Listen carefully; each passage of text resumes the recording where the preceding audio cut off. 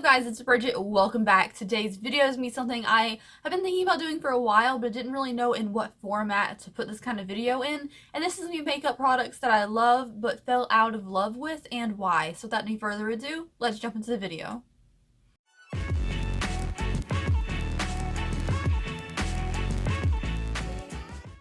Alright guys, before we get started, all products on this channel are cruelty free, and I'm just going to be showing you pictures on the screen of these products today. I'm not going to go dig out the ones I still have, and some of them I have just decided to declutter since I wasn't using them and sold them on Poshmark or gave them away to someone. So, let's get started. All of these things are obviously good products and things that I have told you guys I love before because I really do honestly love these things, but for some reason or another, we just didn't have a long-lasting relationship, or we had a long-lasting relationship that just kind of fizzled out. So the first one I want to talk about is a palette that I miss, honestly. I decluttered this, I sold it, I got rid of it, but I do miss it. And this is the Tarte Amazonian Clay Pro palette. It is a beautiful palette.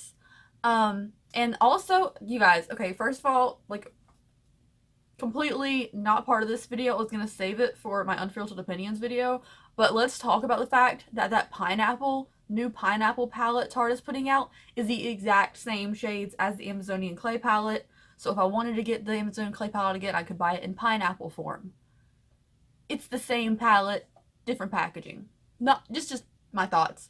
But I really did honestly love, and I saved up for months because like one of my first ever like expensive palettes I was gonna buy full size, and I got coupons for Ulta, and it was my first ever like online order on Ulta.com, and I got the Amazon Clay palette and I loved it, and I do love it, and I thought it was an amazing palette. The reason I think I fell out of love with it is several months ago I made a video about which palettes look best on certain skin tones, and I told in that video that the Amazonian Clay palette is really more suited for a lighter skin tone. Just these shades in there would come off kind of weird on darker skin tones sometimes, and I didn't like that about it, and that really turned me off from the palette because I realized it was true that people with a darker complexion, a lot of the colors just didn't look the same on them, and I feel like Tarte kind of dropped the ball when it came to like half of the palette was all kind of chalky lighter shades, and I didn't like that at all. Also, the layout of like 4 shimmers in like little ball form on the side of the palette did bother me, but I just feel like a lot of the shades were more suited to someone with my skin tone, and it made me kind of upset. So I just stopped using it after that video, and I decided to declutter it. But I did honestly love it, and I do miss it because of those pink shades in there, like the muted purples and really pinky shades. I did love that about it, but the fact that it was like, it looked like it was kind of made for someone with my complexion made me angry, so I decluttered it. So the next one is another one that I sold on my Poshmark because I decluttered it, and this is the Manny MUA and Makeup Geek palette. Oh, you guys, I really loved this palette. It was an amazing palette, but I think why I decluttered it was, one, shadows don't age the same way you think they do, and if I was going to hold on to a palette that's already been out for a few years, I should at least be using it constantly to try to get the most use out of it, and I just wasn't doing that. I really think I had it because everyone else praised it, and it was such like a collector's item, and I didn't want to be the person who just collects makeup to collect it and let it sit and collect dust. I loved the glass ball kind of color in there. I don't know what it's actually called. It reminds me of ColourPop's glass bowl. Like the green red color, that was like the best color. But the mattes in the palette, like the oranges and reds, they're not going to last forever. They started to get kind of dry. The longer I had the palette, the more dry they seemed to get just from aging, normal aging process. So I wanted to pass it on to someone who would actually use it and enjoy it while it was still usable. I didn't want it to just rot in my Alex drawers. So next one is something that I still have 3 of. They gave me 3 to review like a year and a half ago, and I still have them, and I loved them. Like, I was so blown away when I first reviewed these, and this is the Beth Bender Beauty highlighters. Like I think it's like called Super Cheek highlighters or something. The packaging is life, and they perform amazingly. They're very blinding. They're very beautiful. The reason I have fallen out of love with this product is because they're too fragile. One that I received when I got it came broken, and the rest of them, over time, just sitting in the drawers. I don't toss them around. I don't really touch them or play with them. They've just broken naturally. They're very fragile. I don't know. Even when you open them up, you can see like around the ring, it seems to have separated from the plastic container, and they're broken now. So that makes me very angry. I know if I open them, it's going to be a huge highlightery mess. I just find them very soft. They're very beautiful, but I don't know. Maybe they fixed it since then, but they've all broken on me, and I'm just kind of like not going to open them up and deal with it. Yeah. Alright, so this next thing is something that I still own, but it is the Wet n Wild Mega Cushion Foundation. Now, I gave it kind of like an iffy review because it is kind of an iffy product, but it was more towards me liking it. But the reason I've fallen out of love with this is something I think I've mentioned before, and it's the fact that it gets your beauty blender disgusting. Now, I know it comes with a little tiny cushion pad you can use, but that's not what I like to use to blend out my foundation. I really want to use my beauty blender, but if I put my beauty blender into that product, it gets my beauty blender just disgusting, and I can't like use it the next day. I have to wash it immediately afterwards. It's just one of those things that it just makes a mess when you use it, and I think that's why I've fallen out of love with it.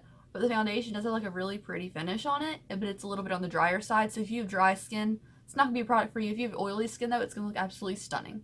Alright, so next is a product I reviewed like 2 years ago, and it's something that I loved, and it's something that I wish part of them didn't sell out, and this was like a 4 set of palettes.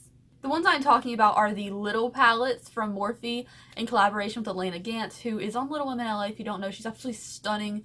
But yeah, the Little palettes, I absolutely loved them. I wanted to get like the autumn one, and I never got a hold of it. It sold out so fast, but what I ended up doing is buying them. 2 of them. I got the gray one and the Cocoa Mocha, so I think I got Mama Drama and Cocoa Mocha, and I loved them. And I wanted the other ones with the more like red tones, more like summery vibes, but I could never get a hold of them. But I don't know, I loved them. I used the gray one so much. The brown one I didn't use as much, but I really, really loved the product. The thing is that I found myself forgetting I had them. They were so small of a palette, and I have so many bigger palettes that have similar tones in them that I forgot to have it. I found the only time I found myself using the gray and black one was when I was doing like a costumey look. So I never found myself on a daily basis reaching for grays and black eyeshadows. And the neutral one, we have so many other neutral palettes to choose from that I just didn't use it. So I don't know. And maybe if they had like little palettes that were like a little bit of a different shape, not just like tiny little rectangles, maybe they were like long ways, maybe I would have reached for it more. But for some reason, I just couldn't find myself using it. Alright guys, so this next one is one you guys might get mad at me, because everybody gets mad at me when I say I don't want something from this brand. And this is the Finchy Foundation. Now, don't get me wrong, it's a good foundation, but it is not a good foundation if you have dry skin. Now, when I first reviewed it, it seemed fine, and it honestly looks fine on your skin, even if you have dry skin. The reason I fell out of love with it is it's hard as hell to remove. I mean, this stuff does not want to come off your skin. When you take a makeup remover, makeup wipe or something, it just kind of wants to stick to your skin. If you have dry patches, it really wants to cling to the dry patches when you remove it, but it does honestly look really pretty during the day. It's the removal process that was just like too hard to remove. It was too long lasting. It just did not want to come off my face, and that made me really turned off in the product, because I knew, hey, if I was going out for the day, it'd last a really long time. It'd be a great foundation to wear out. But I knew if I came home and I was really tired, I would not want to go through the process of getting every bit of it off my skin. And I feel like that's why I fell out of love with it. The color range is beautiful, top notch. The color match for me was fantastic. It had like a very neutral undertone, which is a little bit difficult sometimes, but it was great. The only issue is it was just really hard to remove, and I couldn't deal with it because I already have dry skin and I don't need to be scrubbing my skin like that. This guy keeps running on top of the table and making noise. So if you guys see a bunch of jump cuts in this video, blame him. Alright, so we have one more product to talk about today, and this is going to be the Cheeky Loose Highlighter from Ophir. It's something I recently tried. They sent it to me to review, and I did, and I liked it. But the thing is, I don't find myself reaching for loose highlighters. I already have to deal with the fact that I broke my ice cold highlighter and have it in like a little jar of powder, and I don't like using it because it's not like solid anymore. So the Cheeky Loose Highlighter, I don't find myself reaching for. I love that it's so beautiful. It's very pink. It's very easy to apply, and it's absolutely stunning, and I would love to use it as like an eyeshadow, honestly, because it has like that pink hue to it. Be like the most metallic-y, shimmery, beautiful thing ever. I just don't like loose highlighters. I think that's one of my things, though. It's just like, it's a good product, but it's a little bit extra work, and sometimes I'm in a rush to do my makeup, so I don't feel like sitting there working an extra powder, having things dust off the brush, flying in the air, and now there's a lawnmower outside, so I can't film anymore. Anyways, I'm gonna wrap up this video, guys. Thank you so much for watching. I love you guys so much, and I will see you tomorrow. And tomorrow's video is going to be the Jeffree Star liquid highlight, so I hope you will look forward to that because I'm looking forward to trying it.